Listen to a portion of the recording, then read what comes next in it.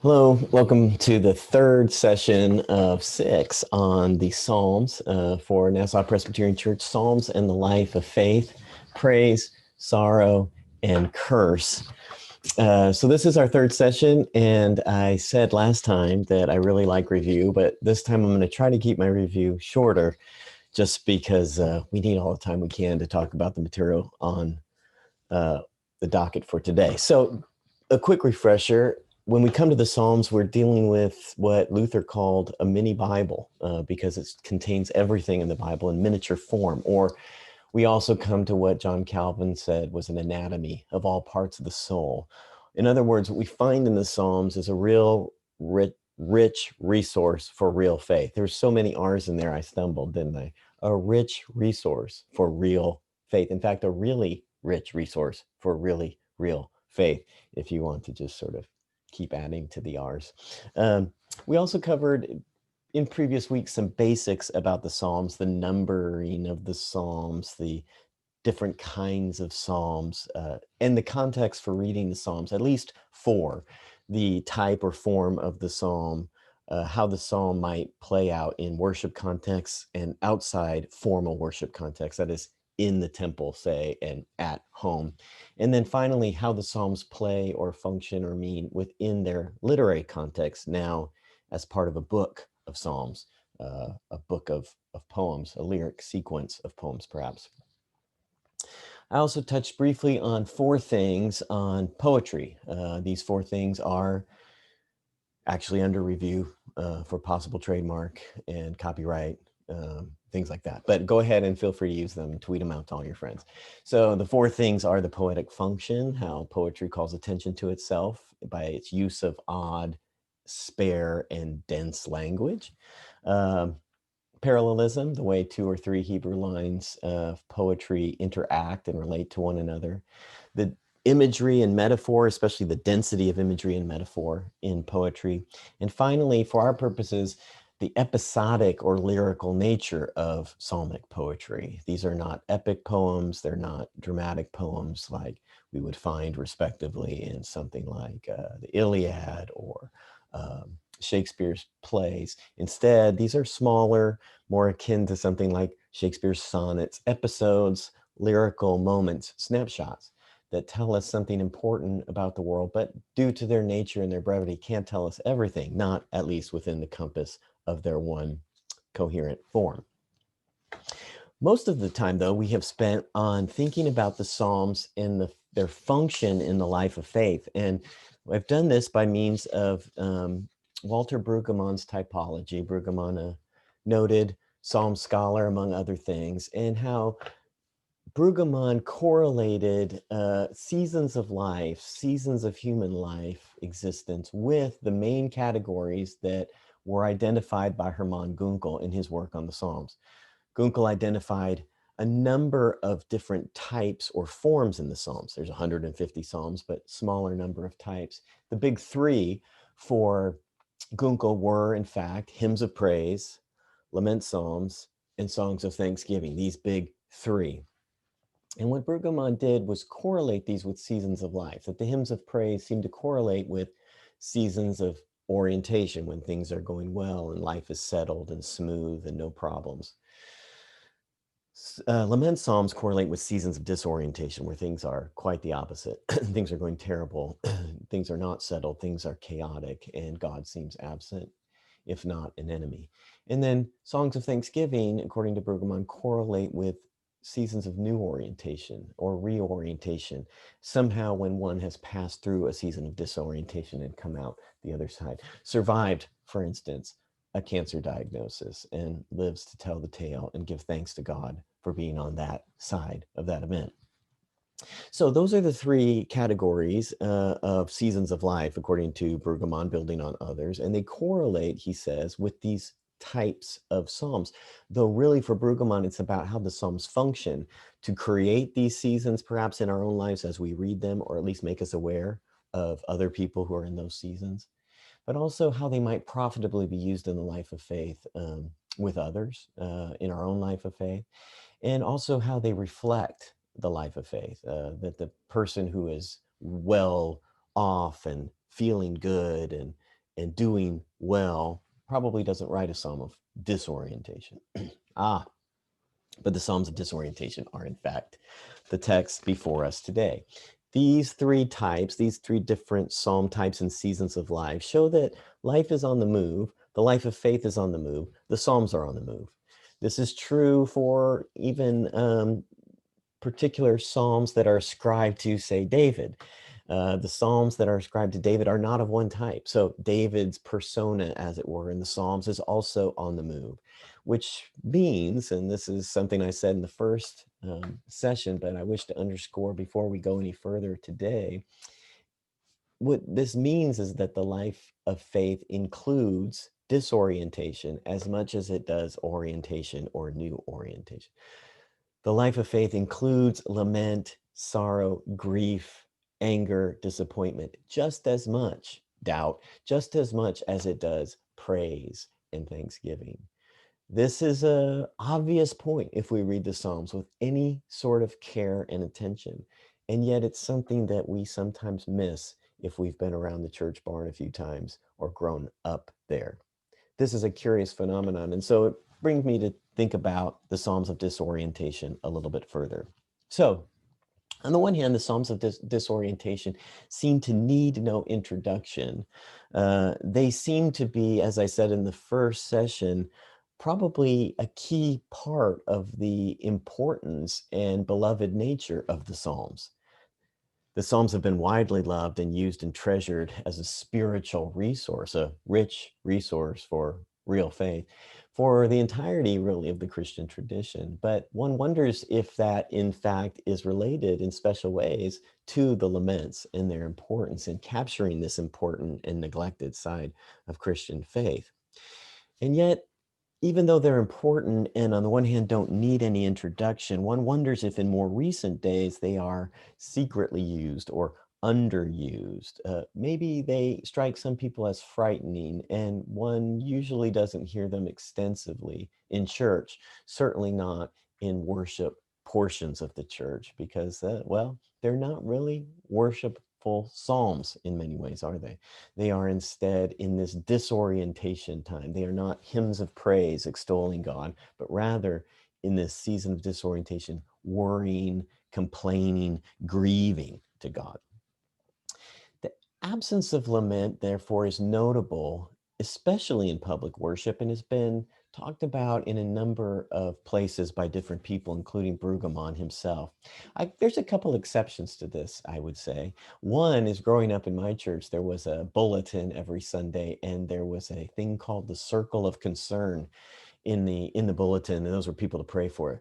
It was a circle of concern because there was a kind of circle, and names were placed in that circle on the bulletin. This was an ominous circle, my friends. You did not want to be in the circle of concern. You know what I mean? Your name was in the circle of concern. Tough. It was usually a season of disorientation. But that was about it when it came to the bulletin or to the worship services when I grew up, is the trace of disorientation found in the circle of concern, or perhaps the pastoral prayer.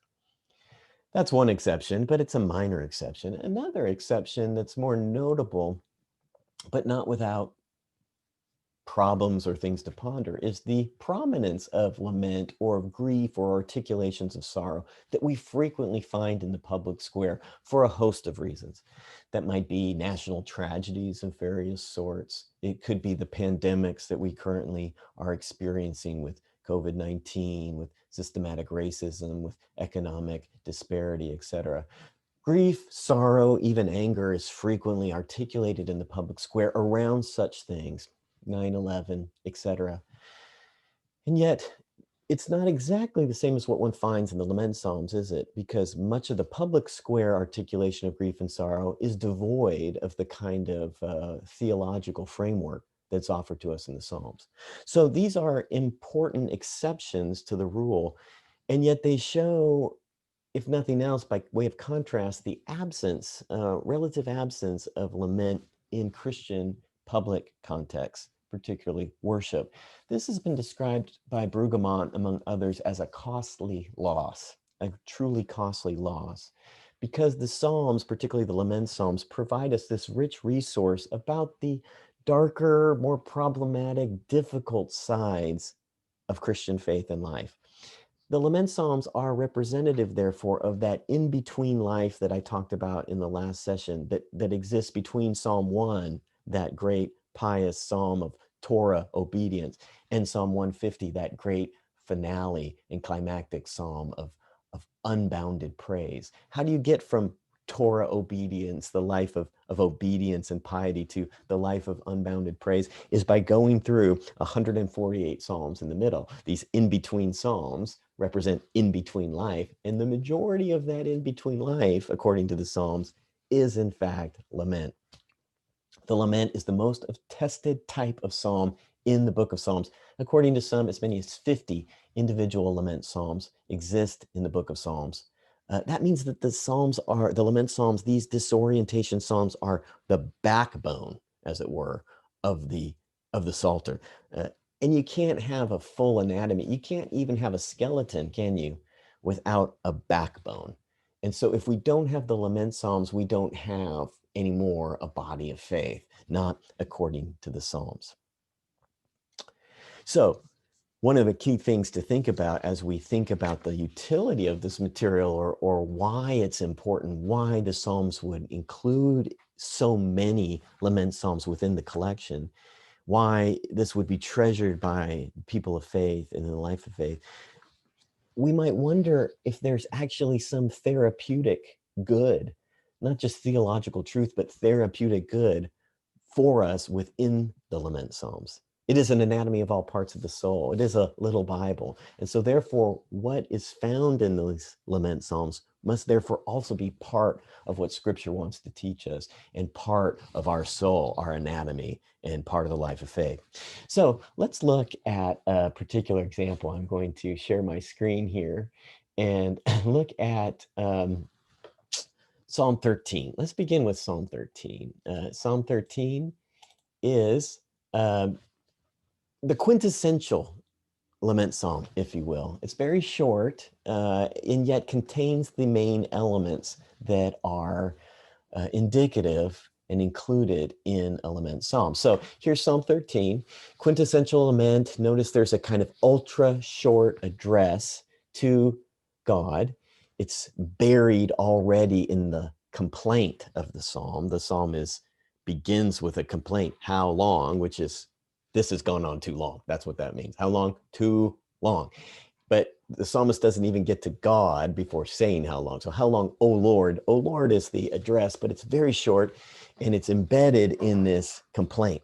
How long, O Lord? How long, how long, how long? 4 times how long in the first 2 verses equals way too long, right? Another thing we might notice in the psalm is how the psalmist addresses God, not just, O Lord, but also my God. So the psalmist is worried that God has forgotten her. But the psalmist also asserts that she has not forgotten God. God is still her God, her Lord. Then we might notice, and this is just kind of on a first pass, how the first 4 verses, which are rather full of this complaint and concern and petition, shift rather abruptly in verses 5 and following, verse 5 and 6 in this psalm, to praise, and ending in praise and ending in trust. But I trusted in your steadfast love, verse 5. My heart will rejoice in your salvation. I will sing to the Lord because he has dealt bountifully with me. How did the psalmist move? Why did the psalmist move from these first 4 verses, which are so intense, to these 2 verses, which seem to abandon the complaint and petition rather markedly, if not altogether? Well, this deserves further discussion. And of course, what's happening here in this psalm, as I've already indicated, is that it's following a certain kind of form. This formfulness of a lament psalm goes back to the insights of Gunkel, whom I've mentioned before, but it's also been discussed by Brueggemann and many others, with Brueggemann calling it the formfulness of grief. So here's an example of this sort of formfulness in ancient modern context, or at least what it might look like in the modern context if we were writing a lament psalm back in ancient Israel. Do you remember this? The Microsoft Word Assistant. It was quite annoying when Microsoft came out with this in one of its updates, and quickly I think it dispensed with it due to widespread disappointment and really anger, maybe lament. You would be typing a letter or something, you'd start it, and up came a little Microsoft Assistant. It was usually in the shape of a paperclip, and it would basically tell you what you're trying to do, even though you knew what you were trying to do, but it knew better. And it would say, looks like you're trying to write a letter. Microsoft Office Assistant can help you with that. And it would want you to follow a form, or you could drop in a template or something like that. If we were writing an ancient psalm in ancient Israel, and we had Microsoft Word Assistant, it would go something like this screen here with a little, maybe Office Assistant looking like Moses with the tablets. And we would start in, how long, O Lord, how long, etc. And we would get this little prompt. It looks like you're writing a lament psalm. We can help you with that. Just first identify the source of your pain. Enemies, God, myself. Just pick it, and Microsoft Office would help fill in the blanks. That is something of the formfulness of grief, according to Gunkel and others. That is to say that not only are the Psalms a type, one of the ways we know the Psalms are a type is because of the way they follow a set pattern. So let's look again at Psalm 13 with this in mind. These are the main elements of the lament form. I've put them here on the screen. The introduction or address, which in the case of Psalm 13 is very brief, as I say. The complaint, beginning already in verse 1, but continuing in verse 2. The petition, what the psalmist actually is requesting from God, in this case, give me light for my eyes. A confession of trust and a vow of praise. These are the main elements. You can see 5 elements that the lament psalms use. This is a pattern, just like we would write a business letter according to a certain pattern, or how we would write a sonnet according to a certain pattern. This was the way one lamented in psalmic form. With the little help of Microsoft Assistant or not, it follows a form. There's a formfulness of lament and a formfulness of the articulation of grief in the Psalms. Now, one of the key questions, of course, is how one gets from petition to confession of trust. I don't know if that beautiful sound played for you on this recording, but if so, it's so pleasing. I want to do it again. The words of assurance. Perhaps this is how the psalmist got from verse 4 to verse 5. Let me explain. This is the dominant theory, but not the only one, and in my judgment, not even the best one, about how people moved from their petitions to their praises in the lament psalms. The psalms do, in fact, move that way, the lament psalms, from petition to praise. They end with praise. But how do they move that way? The dominant theory is that perhaps these psalms were, as we know from previous sessions, recited in the temple, part of the public worship of Israel. So perhaps one came in and recited their complaint and petition, verses 1 through 4 in this case, and a priest was there to listen, and then the priest would give some sort of words of assurance, a response, an oracle of salvation, something like that. At which point the psalmist felt better, had received the word of God of assurance and comfort and hope. And so the psalmist turns to praise and trust.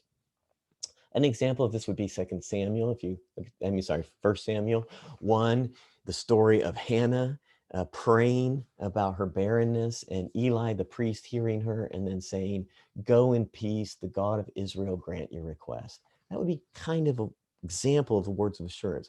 This is an important theory. It's a pleasing theory, hence my pleasing sound effect with the words of assurance, but it's not certain, is it? It's not certain because we don't know if that's actually what took place. We don't have any exact replication of that kind of script in a narrative form that we can know for sure. 1 Samuel 1 notwithstanding. So while this is an important theory, it's not the only one. And I think that's important to point out. In fact, if we had time, we could look at these other Psalms I assigned as homework, Psalm 22 or Psalm 88. as further examples of the lament form with some nuance. But we don't have time to deal with those in great detail. I want to talk about this words of assurance and this shift to praise, but let me make at least one or two comments on Psalm 22 and Psalm 88. Of course, Psalm 22 is famous for its use in the Passion narratives. And so Jesus Christ also knows of lament, and according to the Gospels, cites Psalm 22 as his last words or among his last words. Yet Psalm 22 is also a psalm of lament, which means it also ends in praise. And so there's discussion, debate, and at least a wondering about if Christ cites the whole psalm from the cross, or if his citation of the first verse, my God, why hast thou forsaken me?" If that is actually intended to function as a kind of an allusion or citation of the entire psalm. In which case, the so-called cry of dereliction, where Christ feels abandoned, may in fact actually be a profound cry of trust, because Psalm 22 ends with, "You have not despised the suffering of the afflicted, but have heard him when he cries out to you." That's a stunningly different effect, isn't it? That if Christ cited the whole psalm, not just the first verse from the cross. So one of the dirty little secrets about form criticism, the way psalms are similar, and Gunkel knew this, is that they're not just similar, they change, they're different. Each psalm is an individual type, it's its own thing, even though it belongs to a broader form. Each is not an individual type, each is an individual composition, despite its belonging to a larger type. And so in Psalm 22, what's fascinating is the brutality of the complaint and the petition that's kind of extended, especially compared to Psalm 13, is matched by an equally extensive vow to praise and confession of trust. So the psalmist can manipulate these elements, expand them if the psalmist so desires. Psalm 88 is another example. This is the only lament psalm in the Psalter that doesn't end in praise. So not every lament psalm does end in praise. Psalm 88 is the notable exception.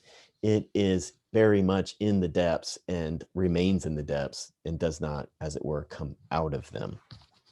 And so another little dirty secret about form criticism is that each psalm not only can manipulate the types, it can break form if it wants. That's the way artists work, right? To learn the forms and then change them. And so Psalm 88 breaks that formal type. Just when you finish the petition and expect the confession of trust and vow to praise, the psalmist goes back to complaint. So this is a tragic and truly sad psalm. It shows that sometimes the move to praise is excruciatingly slow, if not, in fact, impossible. The cursing psalms are a subtype of the lament psalms, and just when you think lament psalms couldn't get any worse in the sense of they're sort of near, they're bordering on the impious or the blasphemous, just when you think they couldn't get any worse, they get worse with the imprecatory psalms. But I'm devoting a whole session to those in upcoming session. So we won't talk about them here, but let me just wrap up by making a few comments about the theology of lament, these Psalms of Disorientation and that role or node or moment in the life of faith. So the movement of lament in these lament psalms is from petition to praise, with the exception of Psalm 88.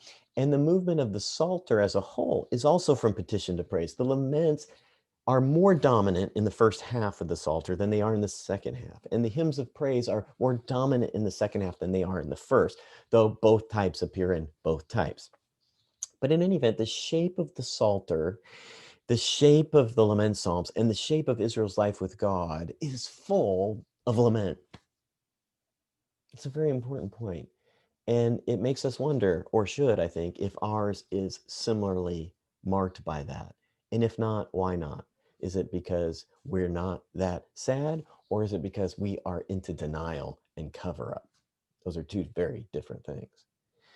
Similarly, the shape of the Psalter, Israel's life with God, is full of lament, but lament that is on its way to praise.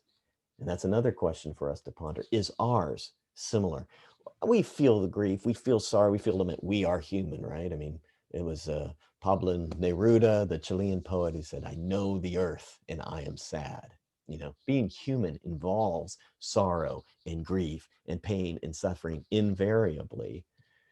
But in recent days, we tend to take those issues, those pains to our physician where we can get medicated, or to our therapist where we can talk some things out, or to our friends, or to our enemies in upraised fists. None of those ways move to praise in the way the Psalms do, by their theological, God-centered framework in which all this is gathered up and uttered to God in prayer. Lament is therefore the real deal and cannot be denied, but must be fully engaged if we're wanting to be part of the life of faith, part of the communion of saints in, in this sort of drama and movement of the life of faith. If we lose lament, therefore, we lose some significant things. Here I'm building on some work of my own, but also of Professor Brueggemann. One thing we lose is the honesty and genuine interaction that marks the covenant of God with the people of God. In the covenant, God picks Israel and enters into relationship with Israel along with the covenantal stipulations, rules for obedience, ethics, etc., that Israel must do to be the people of God, to remain the people of God. In the process, Israel enters into real relationship with God and can also speak back to God. And what Israel speaks back are the Psalms, among other things, these Psalms that are full of grief. And so if we don't actually have that ability to speak to God, our sorrows, our griefs, our disappointments, then what we have is no real covenant interaction anymore, but we have a false relationship, a fake relationship, which means we are worshiping not the true God, but a false God, and maybe cultivating within ourselves a false self. It's a false God, a fake God, not the real God. How do I know? Because I've read the Psalms. The Psalms welcome this lament just as much, in fact, more than hymns of praise. So that's one thing. Another thing that we lose, perhaps, is a very mechanism by which we can move from lament, sorrow, grief to praise. This psalmic process, this working through, as it were, of our complaints and petitions within the bounds of prayer, this is a process, the psalmic process, by which one moves to confession of trust and vow to praise. That may be uttered as a kind of hopeful point at the end. I mean, maybe we haven't really gotten there yet, but we're hoping we will sing to the Lord because he has dealt bountifully. We will. We may not be there yet, but we're on our way. This articulation of grief and pain is a mechanism, is a means by which we maintain attachment with God and bring all these sorrows and griefs to the Lord.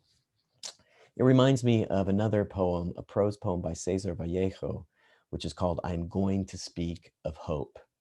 And in this prose poem, Vallejo does none of that. All he does is describe how deeply he is in pain, how deeply he suffers, and on every single level of existence. But the poem is called "I'm Going to Speak of Hope." He's not there yet, see, but he's on his way. And that's how the lament psalms work. They help us on our way towards praise. So I need to end there, but I will end with assigning some homework for all you good students out there. Next time we will deal with some songs of new orientation, songs of thanksgiving. And so the homework would be Psalm 23, Psalm 30, Psalm 103, Psalm 114 and 124. Thanks so much for listening, and I look forward to our next session.